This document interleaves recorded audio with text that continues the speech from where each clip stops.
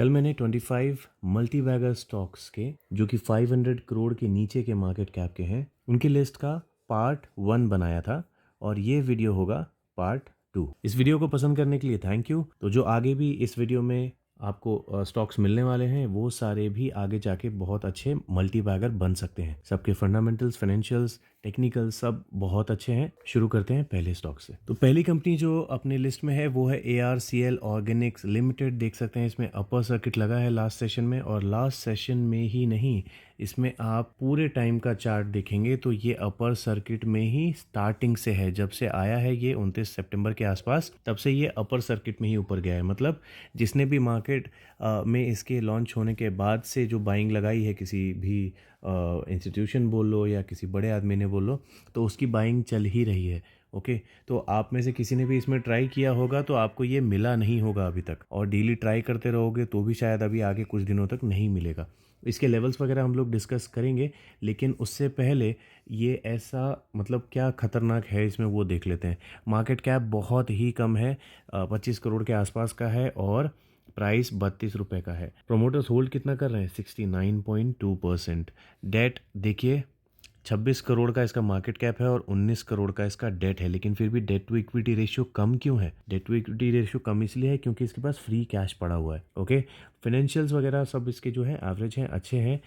ये प्राइस आगे जाके कभी भी स्प्लिट हो जाएगा तो इसमें उसकी वजह से भी थोड़ी तेज़ी दिख सकती है। स्टॉक का PE देख सकते हैं, बिल्कुल ही ख़राब दिखाई दे रहा है, बहुत बहुत ज़्यादा कम अपने इंडस्ट्री PE से दिख रहा है। अब आप सोचोगे ये कौन सी इंडस्ट्री में डील करता है, तो इसके पियर्स में जब आप आके देखोगे ना, तो कॉम्पिटिटर कौन है? पिडिलाइट, SRF वगैरह वगैरह। तो आपको एक अंदाज़ा हो गया कि ये किस तरह के काम करते हैं। और नहीं हुआ तो इसके जब वेबसाइट में जाओगे तो ये एक काम नहीं करते, ठीक है? इसके वेबसाइट में जाना, ये एक काम नहीं करते, ये बहुत कुछ बनाते हैं, ठीक है? बहुत सारी चीज़ें हैं। तो बेटर है आप एक बार जाके चेक कर लेना, वहाँ पे आपको इसके क्लाइंटेल वगैरह सब मिल जाएंगे। अभी इसके इन्वेस्टर्स में आके आप चेक करेंगे तो आपको एक चीज़ बहुत अच्छी दिखेगी, वो है इसका DII की भी होल्डिंग है। इतनी छोटी कंपनी में DII की होल्डिंग होना बहुत बड़ी बात है। ओके, और प्रमोटर्स में जाके हम लोग चेक करेंगे तो ये मुद्रा फैमिली पूरी इसमें है भरी हुई, और पब्लिक में जाके चेक करेंगे तो आपको ये एक नाम दिखेगा, SBI ट्रस्टी कैप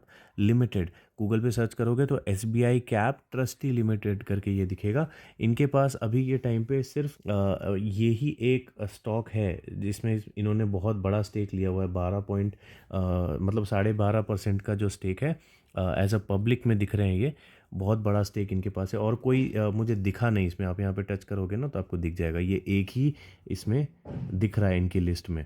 ओके, इसके अलावा आप बैलेंस शीट चेक करोगे तो हर चीज़ अच्छी दिखेगी। देखिए, रिजर्व्स इसके कंसिस्टेंसी में बढ़ते हुए हैं, बोरोविंग्स ऊपर नीचे हो रही है, लेकिन ठीक है जो भी है। फिक्स्ड एसेट आप चेक करोगे तो बढ़ते हुए दिखाई दे रहे हैं, तो हर चीज़ अच्छी दिख रही है। प्रॉफिट एंड लॉस इसका चेक करेंगे तो सेल्स भी बढ़ रहा है, और प्रॉफिट देखिए 1 से 3 करोड़, डबल से ज़्यादा हो गया, यहाँ भी डबल से ज़्यादा हो गया। यहाँ पे तेज़ी है, डबल से ज़्यादा तो नहीं हुआ लेकिन तेज़ी है। और ये लास्ट जो अभी आया है ये बहुत ज़्यादा तेज़ नहीं है, लेकिन कंसिस्टेंसी इसकी मेंटेन है, एक बार भी बीच में भी कहीं पे भी ड्रॉप नहीं आया। तो यही रीज़न हो सकता है कि इसमें एक आपको अपर सर्किट दिख रहा है। अभी 5% में इसको कैप कर दिया है, इसलिए इसमें बाइंग नहीं हो पा रही और ज़्यादा, अदरवाइज थोड़ी बहुत ट्रेडिंग इसमें दिखाई दे सकती थी। अब इसमें करें क्या? कुछ नहीं कर सकते, आप इसको अपने ट्रैकर में सिर्फ ऐड कर सकते हो। अभी देखो यहाँ पे ये 32-33 के आसपास चल रहा है, राइट? तो मुझे जो प्रॉफिट बुकिंग का लेवल दिख रहा है वो 35 के आसपास दिख रहा है, लेकिन जिस तरह से ये परफॉर्म कर रहा है, जिस तरह से इसमें प्रॉफिट एंड लॉस दिख रहे हैं, जिस तरह से इसमें DII भी एंटर करके बैठी हुई है, मुझे ऐसा लगता है कि ये शायद 35 पे भी ना रुके।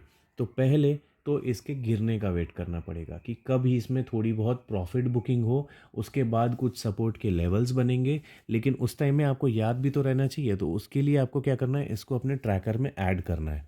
और जब भी आप इसमें बाइंग के लिए डिसाइड करोगे, मेक श्योर कि प्रॉफिट एंड लॉस और इन्वेस्टर्स जो भी एक्शन चल रहे हैं वो आप दोबारा से एक बार देख लो कि उसमें कोई बहुत बड़ी नेगेटिव चीज़ नहीं होनी चाहिए, ठीक है? तभी इसमें एंटर करना है, अभी के डेटा के हिसाब से एंटर नहीं करना है। अभी के डेटा से सिर्फ इसको क्या कर सकते हैं, हम लोग ट्रैकर में ऐड कर सकते हैं। ओके, और इन केस अगर 35 रुपये 40 रुपये के आसपास से कहीं गिरना शुरू कर जाए तो हम लोग इसमें कहाँ पे एंटर करेंगे? देखिए, आप लोग कहाँ एंटर करोगे मुझे नहीं पता, लेकिन मैं 20-22 रुपए के आसपास में ही इसमें घुसना पसंद करूँगा, इसके नीचे ही इनफैक्ट, ठीक है? 20-22 रुपए के नीचे ही इसमें एंटर करने को प्रेफर करूँगा, अदरवाइज़ मैं इसमें एंटर नहीं करूँगा। क्योंकि कंपनी के पास देखिए मार्केट कैप और फ्री कैश फ्लो मिला के जो भी ठीक-ठाक है, डेट टू इक्विटी रेशियो भी ठीक है, लेकिन डेट जो है इनके मार्केट कैप के हिसाब से थोड़ा ज़्यादा मुझे लग रहा है। तो इसीलिए मुझे इसमें कोई अर्जेंसी नहीं है, ओके? और ये अपर सर्किट लग रहे हैं, तो आई होप कि ये म्यूचुअल फंड वाले ही लगा रहे हैं, कोई धांधली वगैरह इसमें नहीं चल रही है, जैसा हम लोग बोलते हैं ना छोटे शेयर में होता है। तो देखिए, कुछ लोग तो इसको पेनी स्टॉक भी बोलेंगे, है ना? तो इसीलिए हम लोग ज़्यादा बेचैन नहीं होंगे, खाली इसको ऐड करके रखेंगे और बाद में सोचेंगे इसका क्या करना है। अब जो लोग लॉजिस्टिक्स वाली कंपनीज को ज़्यादा ढूंढते हैं ना, उनके लिए ये one of the best company है, Time Scan Logistics India Limited. बहुत ही अच्छा मुझे ये लगता है, किस लिए? बिकॉज ऑफ इसके प्रॉफिट एंड लॉसेस के लिए, ओके? तो लॉसेस तो नहीं है इसमें, प्रॉफिट ही प्रॉफिट है। मार्केट कैप बहुत ही कम है, करंट प्राइस देख सकते हैं 162, और ये इतनी छोटी मार्केट कैप के साथ में भी आपको डिविडेंड दे रही है, और उस पर प्रोमोटर्स की होल्डिंग इतनी ज़्यादा है, अराउंड 73% की प्रोमोटर्स की होल्डिंग है, उसमें से गिरवी कुछ नहीं है। फिनेंशियल्स देखिए, 9 में से 8 हैं इसके फिनेंशियल्स में स्कोर। आरओसी बहुत अच्छा है, आरओई बहुत अच्छा है, डेट बहुत कम है, तो हर चीज़ पॉजिटिव है। इनफैक्ट इसमें इन्वेस्टर्स में आके देखेंगे तो एक टाइम में इसमें डीआईआई के पास भी कुछ स्टेक था, लेकिन उन्होंने ये बेच दिया और ये गया है इसके पास। तो ये एक छोटी सी नेगेटिव पॉइंट है, लेकिन बहुत छोटा स्टेक है, तो इससे उतना ज़्यादा कोई फ़र्क पड़ता नहीं है, ओके? और प्रॉफिट एंड लॉस जिसकी मैं तारीफ़ कर रहा था, अब देखो सेल्स बढ़ रहा है, बढ़ रहा है, बढ़ रहा है, देखते जाओ, बढ़ रहा है, बढ़ रहा है, बढ़ रहा है, और अभी लास्ट ये 12 मंथ्स का है, इसमें भी और ऐड होगा तो ये आपको होपफुली बढ़ता हुआ ही दिखेगा। अब नेट प्रॉफिट भी ऑब्वियसली वैसे ही दिखेगा, देखिए 1, ये सेम सेम सेम दिख रहा है, फिर बढ़ रहा है, बढ़ रहा है, अभी यहाँ पे ऐड होना बाकी है। ये क्या है? लास्ट 12 मंथ्स का डेटा है। तो हर चीज़ इसमें क्या है? पॉजिटिव दिख रही है।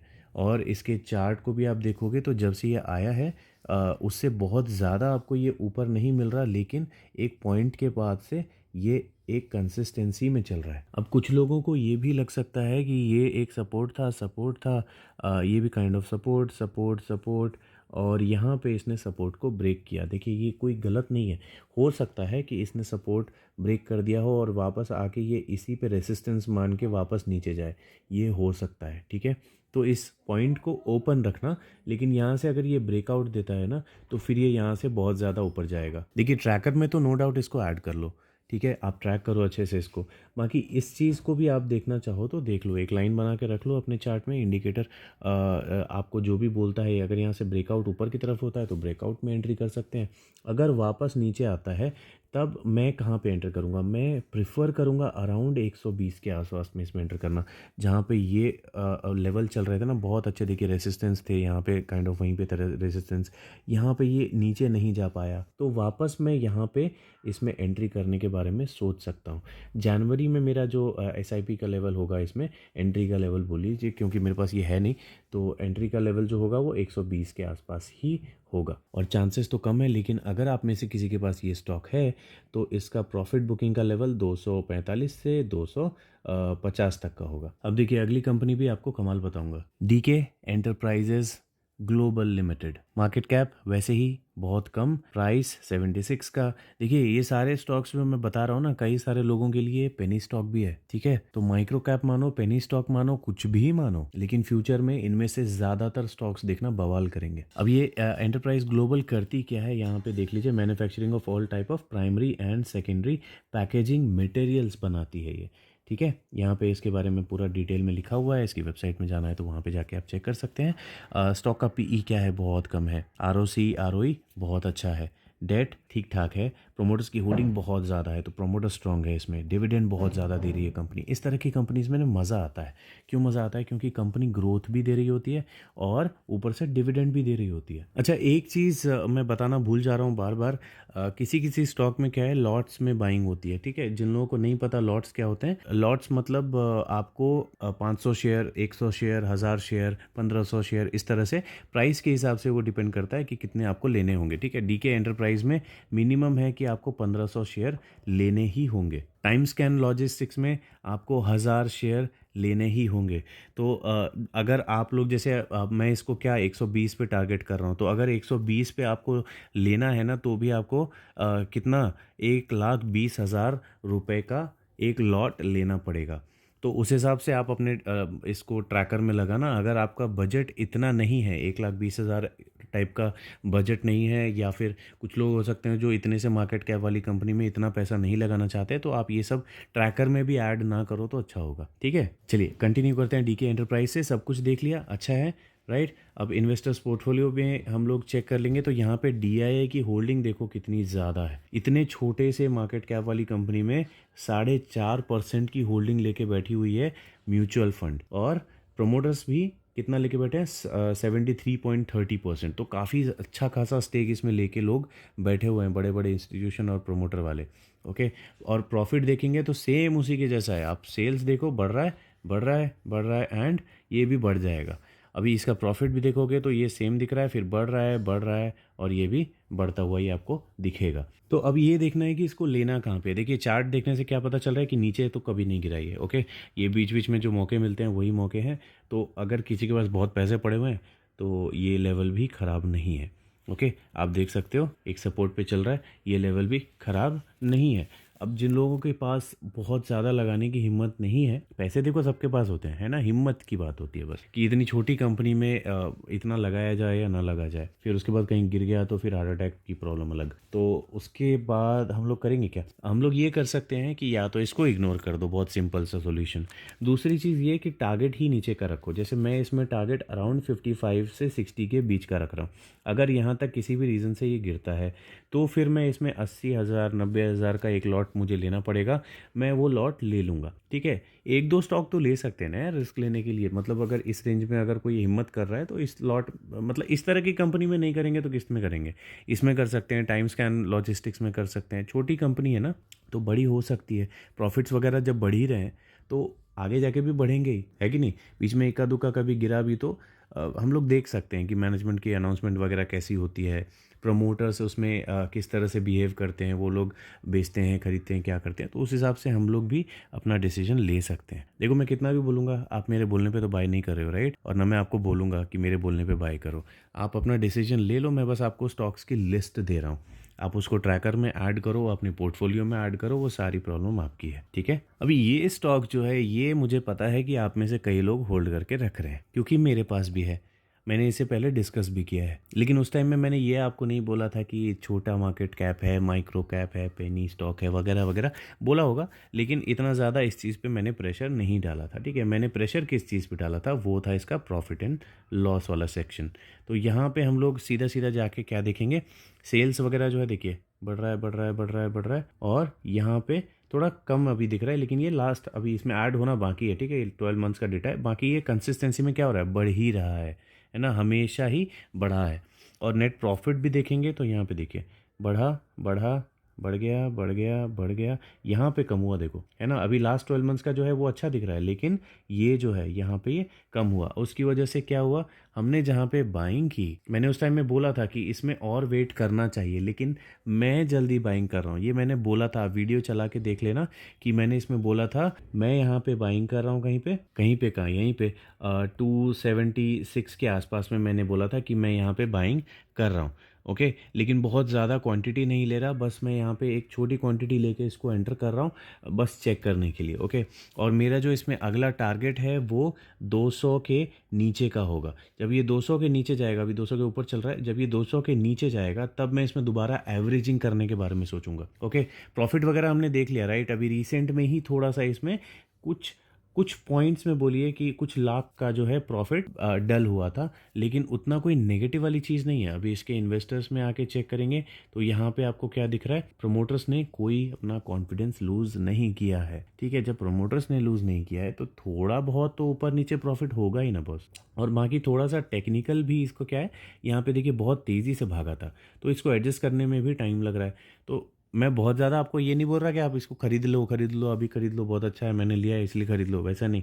आप ट्रैकर में ऐड करके रखना है तो रखो, वहाँ भी नहीं रखना है तो मत रखो। ओके, मैं बस बता रहा हूँ कि रीज़न क्या था, मैंने क्यों लिया था, और मैंने आगे के लेवल्स भी दिए थे कि ये और गिर सकता है, बहुत वाइड मार्केट अभी ओपन है इसका।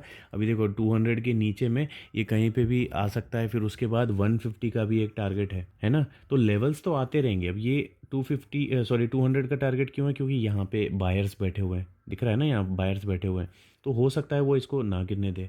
अगर इसको यहाँ से गिरा देते हैं तो 150 मेरे लिए टारगेट है, वहाँ से भी नीचे जाता है तो फिर 100 रुपये का टारगेट है, ठीक है। अब ये टारगेट्स मैं क्यों बनाते जा रहा हूँ, ये इसलिए बनाते जा रहा हूँ क्योंकि इसके प्रॉफिट एंड लॉसेस मेरे को अच्छे दिख रहे हैं, ख़राब नहीं दिख रहे कुछ भी।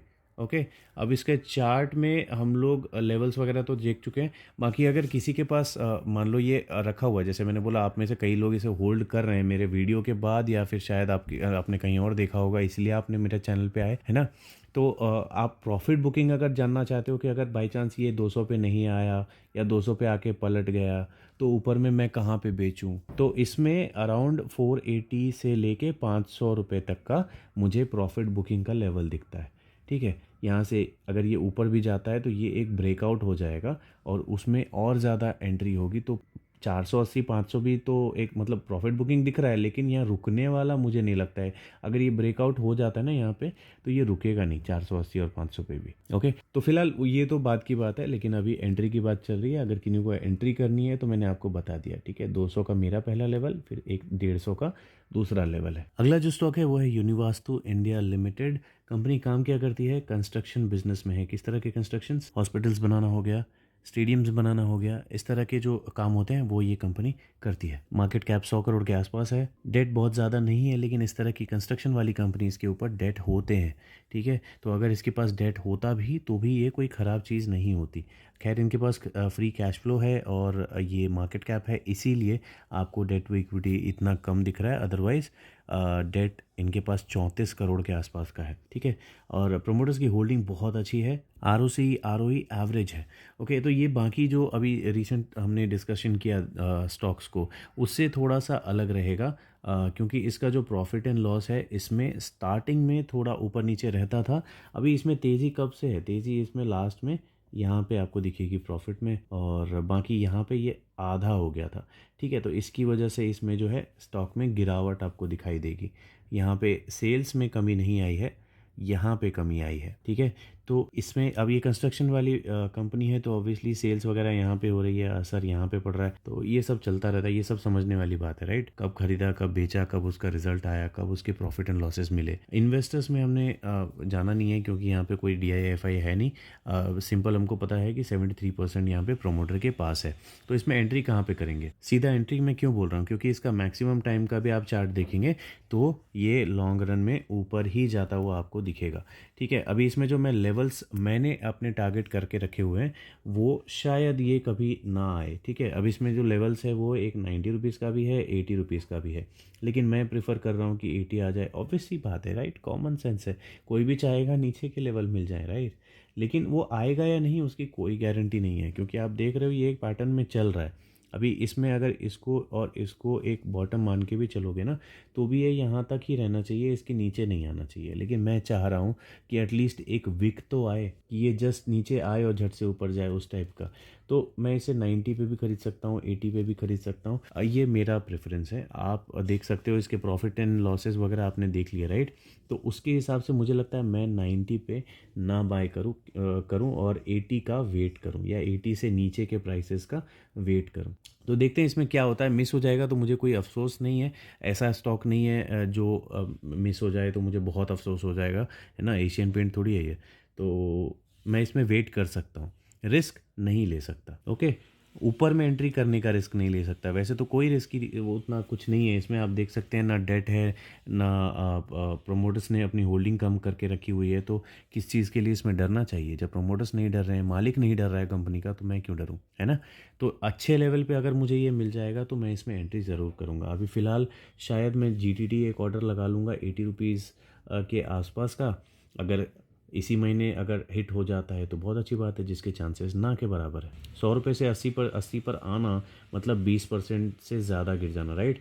तो 20% गिरने के लिए रीज़न कितना स्ट्रॉन्ग चाहिए, और उतना स्ट्रॉन्ग रीज़न जब आएगा तब आदमी 80 पे भी नहीं लेगा, तब तो आदमी बहुत नीचे के टारगेट लगा लेगा या तो इग्नोर कर देगा इस शेयर को, समझ रहे हो। तो मेरा 80 हिट होगा नहीं, लेकिन मैं फिर भी ऐसे ही कभी क्या होता है ना, किसी बड़े इन्वेस्टर को पैसे चाहिए, कभी कुछ हुआ, किसी को पैसे चाहिए तो सेल कर देते हैं अचानक से, और जैसे सेल करते हैं तो लोगों के बाइंग ऑर्डर्स लग जाते हैं, तो सिर्फ विक बनाने के लिए स्टॉक नीचे आता है, फिर वापस झट से ऊपर चला जाता है। तो स्क्रीनर पे क्या दिखता है हमको, स्क्रीनर पे तब भी हमको यही दिखता है, विक्स नहीं दिखते यहाँ पे। विक्स जो बने हुए रहते हैं ना बीच बीच में कहीं कहीं पे, वो विक्स यहाँ पे स्क्रीनर पे नहीं दिखते, समझ रहे हो। तो इस तरह से मेरा प्लान है, आपका जो भी प्लान हो आप कमेंट सेक्शन में बता सकते हो। अगला स्टॉक वापस से बहुत अच्छा है, एनलॉन टेक्नोलॉजी सॉल्यूशंस लिमिटेड। तो आईटी वाली कंपनी है, काम वगैरह के बारे में आप यहाँ पे देख सकते हो, क्लाइंट वगैरह सब देख सकते हो। मार्केट कैप 150 करोड़ के आसपास का है, फेस वैल्यू 10 चल रहा है, तो ये कभी भी स्प्लिट हो सकता है। प्रोमोटर्स की होल्डिंग अच्छी है, डिविडेंड कंपनी नहीं दे रही, आरओई आरओसी बहुत अच्छे हैं, प्योटर्स की स्कोर बहुत अच्छा है, debt free kind of company है ये। कमाल की बात यह है कि एफआईआई भी इसमें एंटर्ड है, लेकिन एफआईआई ने यहाँ पे क्या किया है, अपना स्टेक बेचा है। तो एक बार डिटेल में देख लेते हैं एफआईआई था कौन। एफआईआई जो मेन थे वो थे नैव कैपिटल, इन्होंने अपना स्टेक बेचा है। तो मेन एफआईआई ने अपना स्टेक बेचा है, और यहाँ पे ये छोटे मोटे इंस्टीट्यूशन एंड पब्लिक का है। ओके, तो पब्लिक ने इसमें बाइंग की है और एफआईए ने सेलिंग की है, तो नो डाउट ये एक थोड़ी सी नेगेटिव बात तो ज़रूर है। अच्छा खासा स्टेक यहाँ पे ट्रिम हुआ है, और वो चीज़ हमको इसमें चार्ट में भी दिखाई दे रही है कि इसमें अच्छा खासा प्रॉफिट बुकिंग किया गया है। तो देखो, प्रॉफिट बुकिंग के बहुत सारे रीजंस हो सकते हैं, उनका जो भी रीज़न हो, मुझे ऐसा लगता है कि अगर किसी स्टॉक में 2 से 3 महीने में इतनी तेज़ी अचानक से दिख जाए ना, देखिए स्टॉक कहाँ पे था, देख रहे हो, 150 रुपये के आसपास का स्टॉक था और कहाँ चला गया था, 300 रुपये के आसपास, तो मतलब पैसा डबल हो गया था। तो छोटी कंपनी से अगर इतना ज़्यादा रिटर्न किसी कंपनी को मिल जाता है, किसी इंडिविजुअल को मिल जाए, कंपनी को मिल जाए, एफआईआईडीआई किसी को भी मिल जाए, तो वो ऑब्वियसली प्रॉफिट बुकिंग के बारे में सोचते हैं। कुछ लोग बुक कर लेते हैं, कुछ लोग नहीं कर लेते हैं। यहाँ पे बुकिंग हुई है, रीज़न कुछ और भी हो सकता है, मैं एक अंदाज़ा लगा रहा हूँ, ठीक है। बाकी इसके प्रॉफिट एंड लॉस में मुझे कुछ गड़बड़ नहीं दिखाई दी। आप ये देखो, यहाँ पे ये बढ़ रहा है, सेल्स की बात करें हम लोग, यहाँ पे थोड़ी सी बोल सकते हैं सेम सेम था, यहाँ फिर वो बढ़ रहा था, यहाँ पे देखो डबल हो गया, लगभग डबल हो गया सेल्स, राइट। यहाँ देखो सेल्स बढ़ रहा है, बढ़ रहा है, यहाँ पे थोड़ा स्टेबल है, फिर देखो उसको कवर कर दिया अच्छे से, है ना। ये क्यों कम हुआ वो तो पता है आपको, कौन सा साल है, कोविड का साल, ठीक है। फिर यहाँ पे देखो फिर डबल हो गया। तो सेल्स प्रॉफिट इतने तेज़ी से बढ़ रहे हैं, डबल डबल हो रहे हैं इसमें, तो मुझे नहीं लगता कि फ्यूचर में ये कंपनी बड़ी नहीं होगी। मुझे लगता है अगर ये इस तरह से ही काम करती रही तो बहुत बड़ी कंपनी बन सकती है, ठीक है। तो अगर इसमें हमको अभी इन्वेस्टमेंट करने का मौका मिल जाए तो अच्छा खासा ये एक micro cap, small cap, penny stock जो बोल के आप इसको अपने पोर्टफोलियो में ऐड करके रख सकते हो। मैं करूँगा, ऐड करूँगा इसे। अभी लेवल्स के बारे में थोड़ा सा मैं कंफ्यूज हूँ, लेकिन एक चीज़ मुझे ऐसी लग रही है कि एक इंडिकेटर जो है वो इसका 200 डेज़ का मूविंग एवरेज है। तो अपने चार्ट में आप 200 डेज़ का मूविंग एवरेज आप लगाओगे ना, तो इसके कैंडल्स वगैरह जो है आपको आपके जीरोधा के आप स्टॉक्स या जो भी आप यूज़ करते हो उसमें आपको कैंडल वगैरह और विक वगैरह जो है वो आपको इस तरह से ये मूविंग एवरेज आपको दिखेगा, 200 डेज़ का मूविंग एवरेज, और उस पे यहाँ पे विक ऐसे इस तरह से कुछ सपोर्ट लेता हुआ आपको दिखेगा, ठीक है। आप देखना, आपको अगर ना पता चले तो मुझे बोलना, मैं इसके ऊपर एक वीडियो बना के आपको बताऊंगा कि मैं क्या बोल रहा था। लेकिन ये 200 डेज़ का जो मूविंग एवरेज है ये मुझे लग रहा है एक तरह का सपोर्ट इसका बना हुआ है। 3 बार इसने इस पर सपोर्ट लिया है, आप कैंडल में जाके चेक करना, ठीक है। एक बड़ी सी ग्रीन कैंडल है, इसका सपोर्ट लिया है, उसके बाद एक दो छोटे मोटे ग्रीन रेड कैंडल्स है, वहाँ पे एक सपोर्ट जैसा लगता है, फिर एक उल्टे हैमर ग्रीन कैंडल का एक सपोर्ट दिखता है, फिर वापस यहाँ पे भी एक छोटा हैमर का सपोर्ट दिखता है। इस तरह का आपको कुछ दिखेगा, और अभी ये प्राइस यहाँ चल रहा है, ठीक है। तो देखना आप और कमेंट करके बताना ज़रूर। तो अगर आपको इसमें सपोर्ट देखना है कि इसमें बाइंग कहाँ पे की जाए, तो वो जो मूविंग एवरेज आपको 200 डेज का बोल रहा हूँ मैं, उसके ऊपर आता हुआ आपको दिखे तो आप इसके बारे में सोच सकते हो। बाकी अगर यहाँ से ये पलटता है ऊपर की तरफ और किसी के पास इसकी होल्डिंग है, तो अराउंड 450 रुपये का मुझे इसमें लेवल दिखाई देता है कि ये यहाँ तक तो जा सकता है। चलो, इतनी सारी चीज़ें बता दी, लेवल्स भी बता दिया, अब थोड़ा दुखी कर देता हूँ। इसमें भी आपको मिनिमम 400 स्टॉक्स लेने पड़ेंगे, 400 जो स्टॉक्स का ये एक लॉट है इसमें, ठीक है। उससे कम आप ले नहीं पाओगे। तो अगर आपको इस लेवल पे नहीं लेना, मूविंग एवरेज के भी लेवल पे नहीं लेना, तो सिंपल सा, अगर आपका 70-80 हज़ार का भी बजट है और बहुत उतना उस लेवल का आपको ये पसंद आता है, तो यहाँ के टारगेट आप लगा सकते हो, ठीक है। 200-210 के बीच के टारगेट मान के आप इसमें चल सकते हो। अगर आता है तो अच्छी बात है, नहीं आता है तो जय राम जी की। देखो ये जो लॉट वाला सिस्टम है ना, इसी लॉट वाले सिस्टम की वजह से इसमें बाइंग सेलिंग जो होती है ना, तो ये चार्ट जो है पलट भी जाता है अच्छे से और ऊपर भी चले जाता है अच्छे से। मतलब अगर आप जीटीडी ऑर्डर लगाओ ना, तो मान लो आप यहाँ पे लगा रहे हो तो यहाँ का लगाओ, यहाँ पे लगा रहे हो तो यहाँ का लगाओ, मतलब थोड़ा नीचे करके, अच्छे से नीचे करके लगाओ, क्योंकि सेलिंग होती है तो अच्छा खासा रेड कैंडल बनता है। नहीं समझे तो बता देना, मैं दोबारा समझा दूंगा। अच्छा गाइज, ये जो स्टॉक है क्वालिटी फार्मास्यूटिकल्स लिमिटेड, जिसे KPL भी बोलते हैं, आप ये बताना कि ये आपके पे मतलब आप में से किसी के पास है या नहीं, ठीक है। इसको हम लोग बहुत ज़्यादा डिस्कस नहीं करेंगे, लेकिन बताना आपके पास है या नहीं, क्योंकि अभी 10% के आसपास का इसमें तेज़ी दिखा है लास्ट टाइम, और स्टॉक ख़राब नहीं है, लेकिन इसके जो टेक्निकल्स हैं ना, वो थोड़े से मुझे अच्छे नहीं लग रहे। यहाँ पे देख रहे हो तेज़ी, खतरनाक वाली तेज़ी थी। वो ऑब्वियस सी बात है, इतनी शॉर्ट टाइम में अगर इतनी ज़्यादा तेज़ी होगी तो स्टॉक या तो कंसोलिडेट करेगा या तो गिरेगा। तो ये गिर के कंसोलिडेट कर रहा है, ठीक है। यहाँ से ये ऊपर जा सकता है, मुझे इसके चांसेस लग रहे हैं। यहाँ से ये ऊपर जा सकता है, अपने जो पिछला इसका हाइट है वहाँ पे जा सकता है, उसको ब्रेक आउट भी कर सकता है। मुझे बहुत कुछ ऐसा लग रहा है, लेकिन इसके लिए मैं श्योर नहीं हूँ, ठीक है। पी रेशियो वगैरह में कुछ ऐसा दिखेगा नहीं, EPS बिल्कुल आपको गिरते हुए दिखेंगे, पी ऊपर जाता हुआ दिखेगा। बहुत ही बेकार इस यहाँ पे सेटअप दिख रहा है, ठीक है। तो इसके हिसाब से इसमें एंटर करना तो बनता नहीं है। लेकिन इसके प्रॉफिट एंड लॉसेस देखेंगे ना, तो इसमें सेल्स में कोई कमी नहीं है, सेल्स इसकी हो रही है और सेल्स कंटिन्यूसली बढ़ रही है। यहाँ पे ये फॉल आया है, बाकी यहाँ तक इसमें अच्छा चल रहा था, यहाँ पे फॉल आया, उसके चक्कर में अभी मार्केट इसको पीटा हुआ था। अदरवाइज इसकी प्रॉफिट ग्रोथ देखोगे ना, तो सब डबल डिजिट में, ये माइनस में, खाली लास्ट 12 मंथ्स का माइनस में। सेल्स ग्रोथ देखो डबल डिजिट में, CAGR देखो कितने अच्छे हैं। तो सब कुछ देखने में बहुत अच्छा है इसका। इवन जो प्रोमोटर्स हैं उन्होंने अपना लॉन्ग रन में स्टेक क्या किया, बढ़ाया ही है, स्टेक कम नहीं किया अपना। ओके, तो आप बताना ज़रूर ये आपके पास है या नहीं, ठीक है। अगला जो स्टॉक है वो है ओवोबेल फूड्स लिमिटेड। कोई बहुत बड़ा स्टॉक नहीं है ये, बहुत बड़ी कंपनी भी नहीं है। प्रोडक्ट्स वगैरह भी आप देख सकते हो, पूरे अंडे से रिलेटेड ये है, एग पाउडर, यॉक पाउडर वगैरह वगैरह यही सब रहता है। तो अब इसको लेने वाले भी कौन होंगे, वही प्रोटीन वगैरह से जो मतलब रखते हैं उन लोगों को ही ये लेना रहता है। ओके, तो क्लाइंटेल वगैरह इसके अगर आपको वेबसाइट पे मिल जाए तो देख लेना। बाकी ये एक्सपोर्ट पे ज़्यादा ध्यान देती है। देखिए Austria, Belgium, Germany, Sweden, Italy, Poland, Japan वगैरह वगैरह, इसमें अलग अलग कंट्रीज़ में ये एक्सपोर्ट करते हैं, है ना। तो इसलिए आपने इसका नाम इंडिया में ज़्यादा नहीं सुना होगा। यहाँ देखिए डोमेस्टिक से कितना कमा रहे हैं, 10% सिर्फ, एक्सपोर्ट से ही 90% कमा रहे हैं। तो इसको बाहर में ज़्यादा जानते होंगे लोग, इंडिया में नहीं जानते इसको। अब इसमें सबसे पहले तो ये देख लो कि फाइनेंशियल्स इसके बिल्कुल फुल मार्क्स लेके बैठे हुए हैं, 9/9, ठीक है। प्रोमोटर्स की होल्डिंग बहुत अच्छी है। ROE ROC देखोगे तो पागल ही हो जाओगे, है ना। 99-80 का मतलब परसेंटेज चल रहा है इसमें। डेट भी बहुत कम है, फ्री कैश फ्लो भी है, फिर भी स्टॉक का PE अपने इंडस्ट्री PE से बहुत नीचे चल रहा है। शेयर होल्डिंग पैटर्न में आके देखोगे तो आपको DII पहले देखो कितना रखती थी, 10% भाई, और उसके बाद धीरे धीरे धीरे धीरे इन्होंने क्या किया, यहाँ पे बिल्कुल ही एग्जिट मार दिया। कौन थे ये लोग देखे ज़रा, तो ये 2 कंपनीज लग रही हैं, लेकिन है एक ही, कर्नाटका स्टेट इंडस्ट्रियल इन्वेस्टमेंट। तो इन्होंने यहाँ से पूरा एग्जिट मार दिया, उसकी वजह से अभी DII की स्टेक जो है बिल्कुल नेग्लिजिबल दिख रही है। बाकी अभी रिसेंटली प्रोमोटर्स ने अपना स्टेक जो है थोड़ा सा ट्रिम किया है, उसके पहले भी थोड़ा सा ट्रिम किया था, और उसके पहले भी थोड़ा सा ट्रिम किया था, लेकिन उससे पहले ये बढ़ा रहे थे। तो अभी ट्रिम किया है तो ऑब्वियसली नेगेटिव बात है ना। यहाँ पे DII ने एग्जिट किया, यहाँ पे प्रोमोटर्स ने ट्रिम करना शुरू कर दिया, तो थोड़ी नेगेटिव बात तो है। पब्लिक ने जैसे ही स्टेक बढ़ाया तो ये नेगेटिव हो जाता है।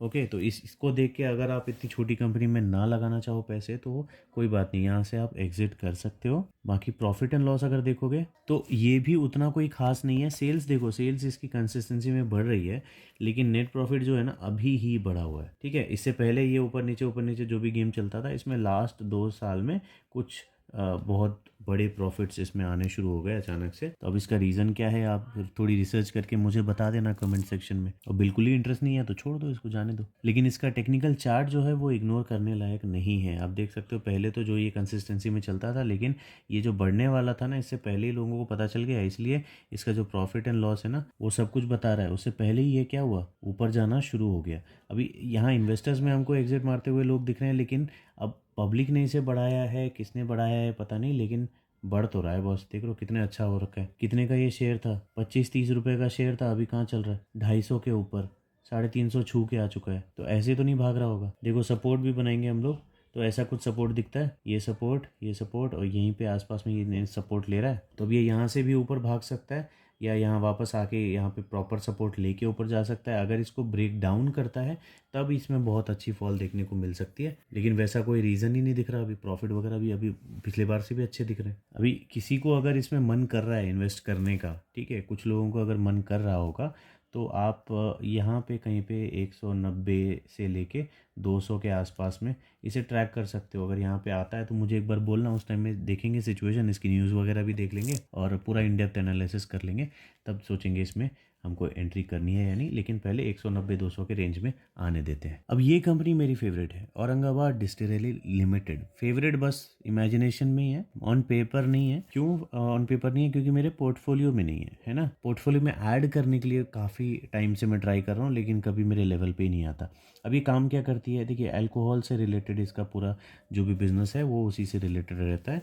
बाकी इन डेप्थ में आप इसकी वेबसाइट पे चेक कर लेना, यहाँ पे रीड मोर में चेक कर लेना। मार्केट कैप 250 करोड़ के आसपास का है। प्रोमोटर्स की होल्डिंग मैक्सिमम है। फाइनेंशियल्स बहुत स्ट्रांग है। डेट ठीक ठाक है। आरओई आरओसी बहुत अच्छे हैं। सारी कंपनीज में लगभग ऐसी ही बात है, राइट। फ्री कैश फ्लो भी बहुत अच्छा है इसके पास। अब इसमें अगर प्रॉफिट एंड लॉस में आके चेक करेंगे तो इसके सेल्स एंड प्रॉफिट्स दोनों ही कंटिन्यूअसली बढ़ रहे हैं। सबसे बढ़िया बात यह है कि इसका चार्ट आपको हमेशा ही ऊपर जाता हुआ दिखेगा, और यही रीज़न है जिसकी वजह से मुझे इसमें कभी भी एंट्री ही नहीं मिली। मैं इसे देखता रह गया, टारगेट बनाता रह गया और ये चला गया।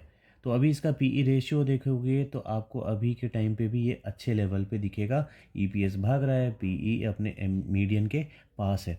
तो अभी का भी जो इसका प्राइस है ये ख़राब नहीं है, बहुत अच्छा प्राइस है, ऐसा पीई रेशियो बोल रहा है। और इसे किसी भी प्राइस पे, मतलब किसी भी प्राइस पे नहीं लेने का एक और रीज़न ये भी है कि इसमें 500 शेयर्स का एक लॉट है, ठीक है। तो ये देखते ही आप में से कई सारे इसे छोड़ दोगे, मुझे पता है, क्योंकि मैं भी छोड़ता आया हूँ, है ना। ऑब्वियसली थोड़ा कॉस्टली हो जाता है और थोड़ा डर भी लगता है फिर कब पलट जाए। पॉलीकैब जैसी कंपनी इतना लॉस में जाती है, तो इस तरह की कंपनीज पे कैसे भरोसा करे। दारू वाली कंपनी है ना, दारू वाली नहीं है कंपनी, लेकिन हाँ अल्कोहल से रिलेटेड ही जो भी इसके काम वगैरह होते हैं।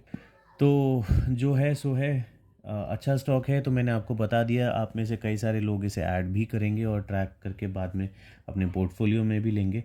तो बढ़ते हैं आगे। अगला स्टॉक भी है चमन मेटालिक्स। ये भी अच्छा है, लेकिन अभी बता देता हूँ कि 1500 का एक लॉट है इसमें, ठीक है। और ये जो प्राइस अभी इसका चल रहा है, मेरा इसमें टारगेट अराउंड 60 रुपये के आसपास या उसके नीचे का है।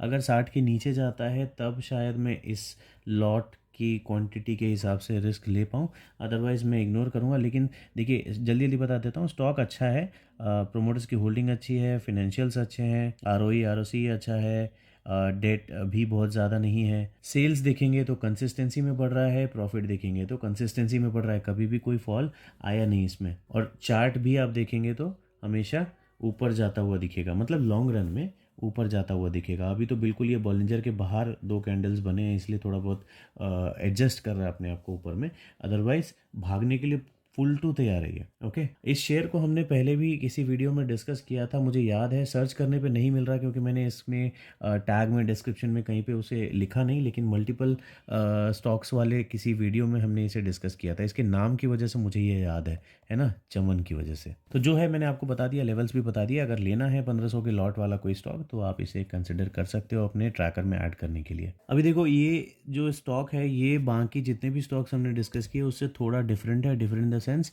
थोड़ा सा नेगेटिव साइड में। ओके, इसमें मार्केट कैप तो जो है आपने देख लिया, 216 करोड़ का मार्केट कैप है, काफ़ी कम है। बड़ी कंपनी बन जाएगी तो बहुत अच्छा रहेगा। प्रोमोटर्स की होल्डिंग 50% के आसपास है। फाइनेंशियल्स अच्छे हैं, आरओसी आरओई बहुत अच्छा है। डिविडेंड बहुत देती है ये कंपनी, तो डिविडेंड ज़्यादा देने की वजह से अपने ग्रोथ पे थोड़ा ऊपर नीचे चलती है ये। आप इसका मैक्सिमम टाइम का चार्ट देखेंगे तो यहाँ पे बड़ा एक एम दिखेगा, ठीक है। यहाँ पे भी एक बड़ा, मतलब आपको पहाड़ दिखेगा।